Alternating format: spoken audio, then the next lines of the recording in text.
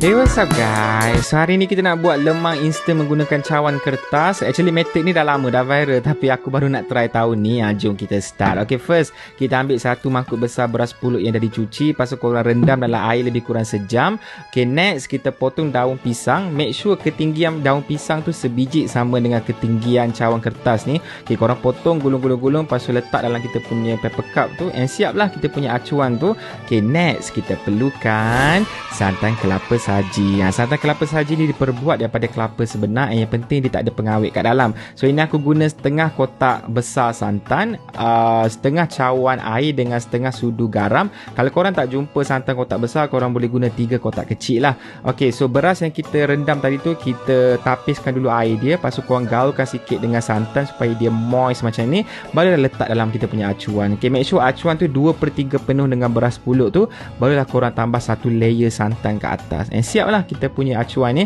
Okay, now time untuk kukus. Pengukus aku ni tak besar, so boleh muat 3 je kat dalam, tapi boleh lah. So ini kita kukus dalam 40 minit dulu. Buka. Okay, and then kita ambil sudu. Lepas tu tekan. Tekan bagi dia mampat padat kat dalam tu supaya lemang kita lagi solid. Okay, korang tutup and then korang kukus lagi 20 minit and tada, sedia untuk dihidang. Jadi lemang ni senang nak buat sebenarnya. Kalau korang kat kampung bolehlah cari buluh ke apa kan, tapi kalau duduk kat bandar ke, duduk kat luar negara, tak boleh balik Malaysia ke, nak cari buluh tu satu hal lah juga. Jadi method ni aku rasa senang untuk semua orang try. So bila lemang kita tu dah sejuk, korang boleh potong kita punya paper cup tu, bawa keluar kita punya lemang kat dalam and gunakan pisau yang betul-betul tajam. Lepas tu potonglah lemang macam biasa and sedia untuk hidang dengan rendang.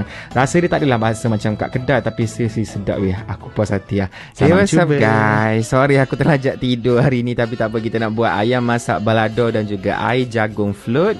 Jom kita start. Okay, first kita gorengkan 2 biji bawang merah, 5 ulas bawang putih and then 4 biji lada merah besar dalam 7-8 biji cili padi kecil tu, and then kita masukkan 1 biji tomato. Okay, goreng sekejap, tak adalah lama sangat, goreng sampailah dia layu and then garing-garing kat luar macam tu. Lepas tu kita bawa keluar and dia bagi dia sejuk dulu sikit and then kita tumbuk menggunakan lesung. Yang ni aku tak recommend untuk blend sebab nanti dia jadi macam tekstur berketul macam tu. So kita tumbuk dengan lesung baru dia cantik. Lepas tu kita gorengkan balik dalam minyak masak tadi, tapi kurangkanlah sikit minyak tu, and then tambahkan 2-3 helai daun limau purut. Lepas tu tambahkan seasoning. Yang ni aku guna garam, gula dan juga serbuk perasa macam MSG tu.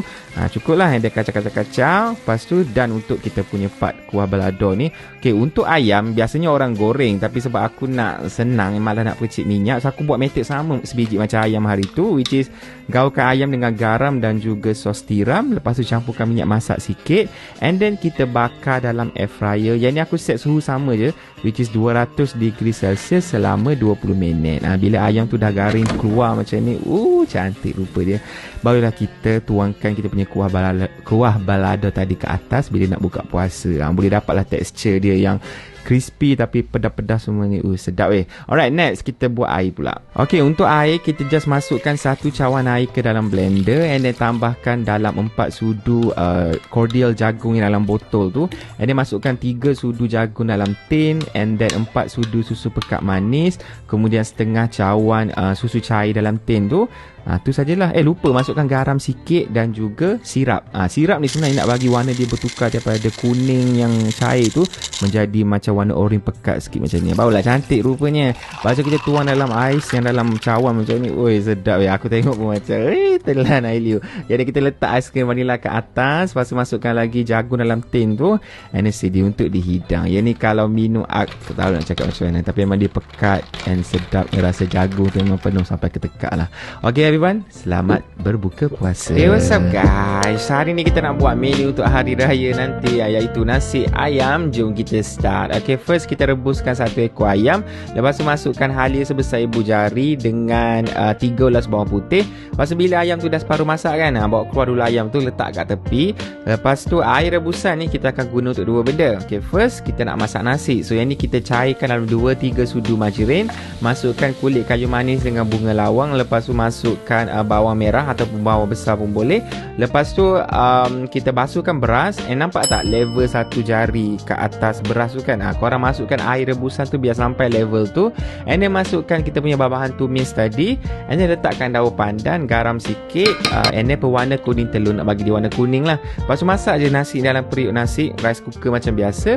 And tada, sedia untuk dihidang. Tapi belum siap lagi, sabar, kita nak buat benda lain dulu. Okay, next kita nak buat sup. Okay, lebihan air rebusan tadi tu kita tambahkan lagi air, and then letakkan sup bunjuk. Lepas tu letaklah kaki ayam, tekuk ayam, whatever yang korang suka ada lebih-lebih tu.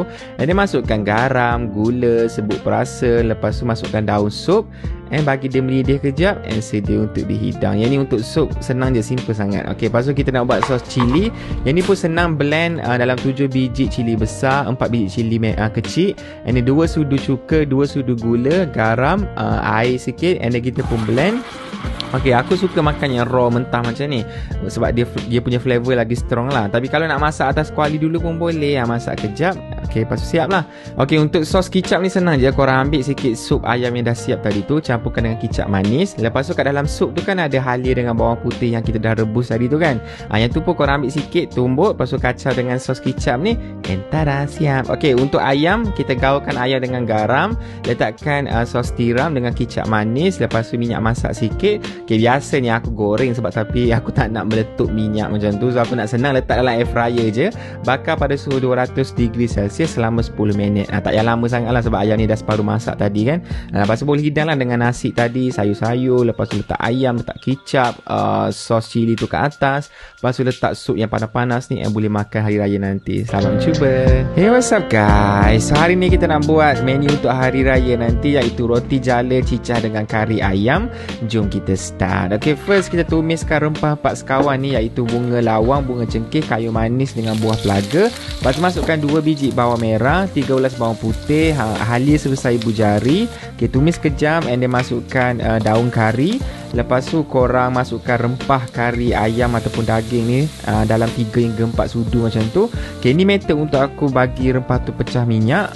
Korang masukkan air sikit, lepas tu tumis sampai rempah tu kering and then dia keluar minyak kat tepi ni kan, macam ni. Lepas tu masukkan air lagi, lepas tu ulang balik. Bila dia kering pecah minyak, masukkan air lagi. So ulang dalam 3 kali macam tu. And then baru masukkan ayam, lepas tu gaul sampai dia sebati macam ni. And then masukkan air untuk bagi kita punya kari tu berkuah lah. And then tambahkan potato, lepas tu letak garam, gula secukupnya. Lepas tu bila potato tu dah nak lembut, kita masukkan setengah kotak kecil santan. Lepas tu masukkanlah cili merah ke cili hijau, ni optional lah.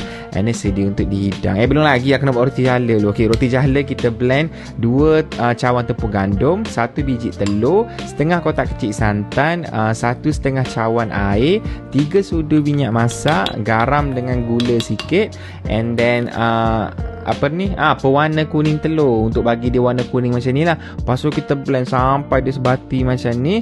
Lepas tu korang kena cari acuan untuk roti jala ni. Yang ni kat kedai ada jual, supermarket ada jual, tak ada masalah. Lepas tu kita start lah menjala kat atas kuali yang panas ni. Yang ni aku tak letak minyak sebab aku guna kuali non-stick. Lagipun minyak dah ada kan dalam kita punya adunan tadi tu. Okay, bila dah masak, kita bawa keluar. And then bila dah siap, bila sejuk, baru kita start menggulung roti jala ni. Dia macam gulung baju lah. Korang lipat kiri kanan, lepas tu korang gulung-gulung. Siap lah. And sedia untuk dihidang. Yang ni boleh hidang dengan kari ayam panas-panas ni. Alah, comok lah, lap dulu sikit. Lepas tu bolehlah makan cicah dengan kuah kari ni. Sedap ni. Aku lagi suka kalau kita macam ambil ayam tu seketul, lepas tu ambil yang bahagian thigh tu yang lembut tu. And dia kita cicah dengan roti jala yang lembut juga. Roti jala ni pun memang korang kalau makan kan macam rasa macam cair dalam mulut macam tu. Okay lah.